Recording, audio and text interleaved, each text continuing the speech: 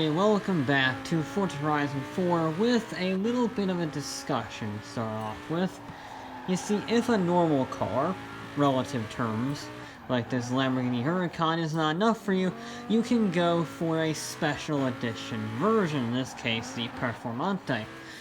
And it's pretty much just a tuned up, dialed up version of the standard car, even if the standard car is a Lamborghini Huracan. And nobody, except maybe Lotus, loves to do this more than Porsche with their 911. There's so many different generations and names and special editions of 911 that you would need a PhD in linguistics just to understand them all. And with the release of the new 928 GTS into Horizon 4, I wanted to mess about with it, so I wanted to build my own special edition. To start out with, there'll be a two-part operation. First part is doing my own special edition. Now, I can't just build a special edition, I have to have something to compare it to. Now, obviously, I'll compare my GTS to the bog standard GTS.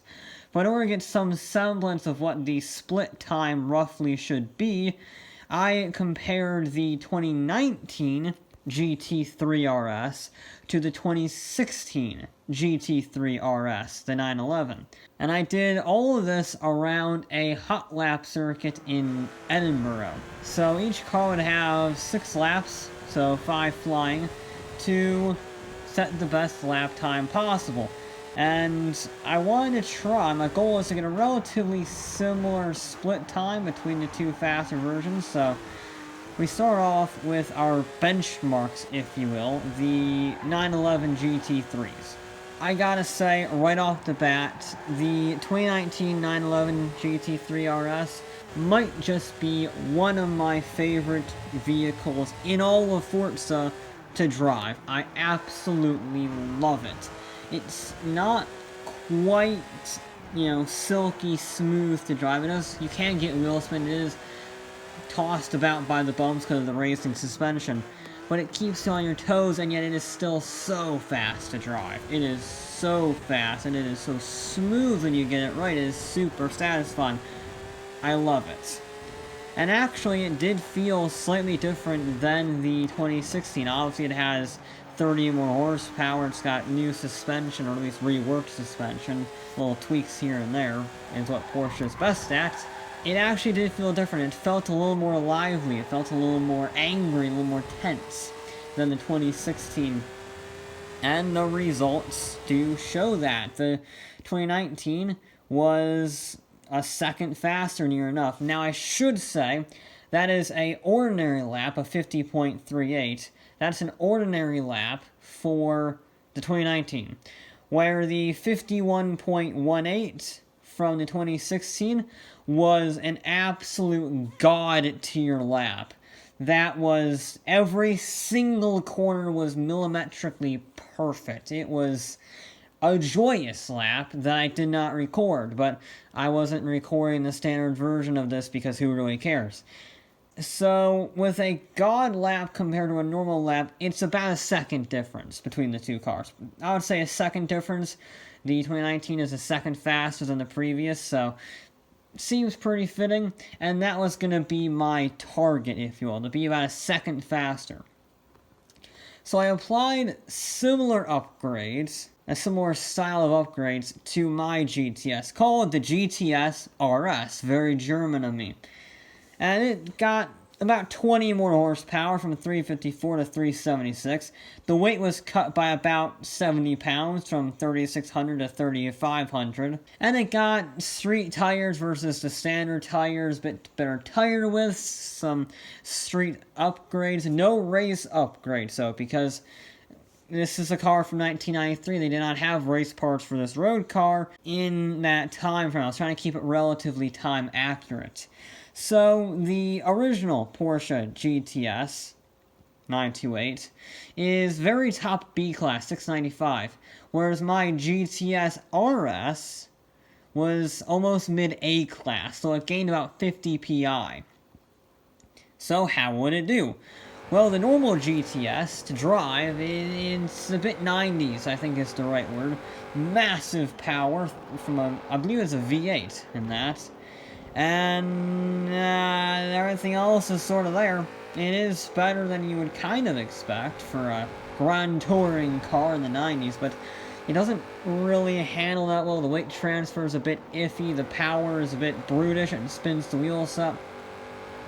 And it also did not help that I drove the GT3 RS first, so I was used to the ultimate tractor with racing tires and fancy suspension and gearboxes, and then I drive a 1993 Porsche GT car, and you can't carry the same corner speed at all. No, it feels like you're driving in slow motion, so that definitely didn't help, but it also just wasn't that good handling. I didn't have the confidence in the car. You were constantly spinning the wheels up, you were constantly understeering, that was a very big problem, the weight of it all, and just dragging it out wide, and I didn't like it. I did not like it to drive. The GTS RS, though, is a bit of a different story. You see, it may only have street shocks, street tires, and rear wing, but it handles a lot better. It feels a lot better. It feels a lot more gripped to the road, both in cornering and in traction. So it didn't really feel that much faster on the straightaways. It's only 20 horsepower and a bit lighter, so it's not going to be a crazy difference. But in the corners, you could definitely feel it. And even if it's not an absurd amount faster on the corners, so like in terms of sheer speed, the confidence is there. You know what the car is going to do. You feel confident in what the car is going to do next. It's not going to get wheel spin like crazy. It's not going to understeer wide. It still does that to an extent, because it is still a 90s Grand Touring car under the skin, but it is a very good car to drive now. I really, really like it. And, well, the results are very similar to the 911 GT3s, because the GTS did a 101.695. My GTS RS did a 101.16. So it's a half faster, almost exactly. So it's a bit better than the 911, but it's definitely within the ballpark. I was very pleased with that. I think that was a very good build, one of my better builds, to be honest. The 928 GTS RS was a very successful take on what Porsche might have done had the GTS program not been outlasted by the 911, because if you recall, the 928 was meant to replace the 911, but people said, I like the 911, Porsche obliged, and canceled production of the 928.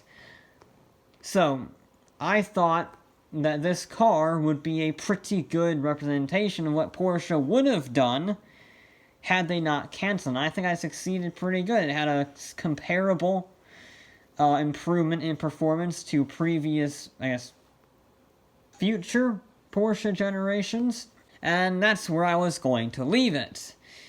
But then I remembered that you can fit the new GT3 engine into it, like the 4.0 flat 6 from the 991 generation GT3 RS. And that means you can actually make a front-engined 911 GT3, so that's what I did. I called it the GT3S. Again, very clever. It had the bone stock 4-liter flat 6 from the 2012 911, and it had racing tires, it had wider tire widths. I basically tried to match the specs of that 4.0 RS. And I wanted to see how it would fare against it, but instead of doing another hot lapping circuit that would be boring, I had a little more fun. Yes, we are at Falcon Arrowhead Speedway with an entire grid of 928s and GT3 RSs, and mine, well, we'll see how it fares. We're at the very back of the grid. We're about 30 PI down on the 911 GT3, but we shall see how it goes. We will probably be better handling, which is good, but I don't know how we're going to fare on straightaways. That's going to be the tricky one. I think we'll be better under brakes. I think we'll be better handling. Just because the way Forza tends to handle build cars versus bought cars. But I think they'll have us on the straights. We're going to sneak one up the inside here. He's going to hold it. Maybe. I'm on the outside here, but he will hold it. I got the overtake done on my teammate back there, I guess you would say. A little bit of oversteer, as you can see, but it's definitely better than even my GT3 RS, so... I'm gonna try and send it on the outside. Come on, come on, come on. That's a lot of grip. Oh, oh, oh, oh. That was a brilliant overtake. These are gonna be pretty quick laps. Don't go off the track. Even though the technical track limits would be allowed. I don't think that would work there. Yeah, we're actually pretty even in terms of starting to speed. I think he's a little bit faster. He is. The new 911 is faster, but not by much. And especially when I get a better slipstream run here. We're having a great battle. Oh. Might have run in the back of the black car. Yeah, they have more. We have the same horsepower, 493. However, he probably is running less downforce. I'm using Forza Aero, which gives more downforce and therefore more drag than their factory OEM Aero kit. So that explains why I'm much faster, much grippier in the corners, except when I run on the inside of the banking. See, he's up the inside. He's going to back out of that. I will say thank you very much, good sir, up to 7th place, holding it this time. There we go. He's going to try and maybe run up the inside. I'm going to have to go high. Whoa, he almost killed me. I think that was a friendly fire from the white car against the black one. Wait. That's a bit of sneaky defending there, I'm not gonna lie. A bit sneaky. Out of the way. We're 3 wide. I'm gonna have to be around the outside. Ah, no, no, no. This is bullying. This is just bullying. Like, going 3 wide was a mistake, but it was fun. We're gonna try the same maneuver we did the other guy. Go around the outside. Yes, yes. That's just ridiculous levels of grip. I can't quite sneak it up the inside of the very colorful one. I mean, sneak up the inside there. Ah, gives me a bad exit though. Luckily he was not in position to capitalize, but his friends were. That's a lot of angry 911s. We're gonna try and cut them off, sneak in behind the black one there. He's gonna run wide, hit the wall, almost take me out, takes his buddy out. That's what the other car did, I bet. And all our fighting has allowed the rest of the pack to run away. I think 5th might be the best we'll get, because they are truly running away. Admittedly, they are in a pack, which is good for me, because I'm now on my own, which means I can carry some mega speed, get a good lap in, maybe catch him by the end of the 5th lap, the final one. Oh no, it's going to be tricky. I shifted 1 gear too many down. That doesn't help. Okay. Don't run wide, I'm running wide. We're gonna go around the cones. Try not to show off any momentum. Okay, final lap. Can we catch them? I fear we fought ourselves too much. It was a great battle, but it has cost us dearly. It cost us a podium, that's for sure. I think we're safe, but we're sort of in no man's land now. Okay, you didn't see that. You didn't see that. I'm not used to the touring car having an absurd amount of grip, the Grand Touring car. You didn't see that. Nope. Come on. Yeah, we're a bit too little too late. Maybe 1 more lap I could have started reeling them in. I've closed a lot. But it's not going to be enough. Ah! It's a good car, though. It's a very good car. It definitely is... It's sort of like a 911 only with a lot more aero. That's pretty much how I would describe it. Is there a car only running much steeper wing angles? Is probably how I would describe it best. I think I have nailed this on all accounts. I made a great, I guess, special edition of this car, and I followed up with a great track version. I mean, yeah, we're within a second. We're right up there, actually, with the best laps. We did get fastest lap, only by 0.3 of a second, so again, I would have to say a job well done. But that will be it for this episode of Forza Horizon 4. I'll be back with more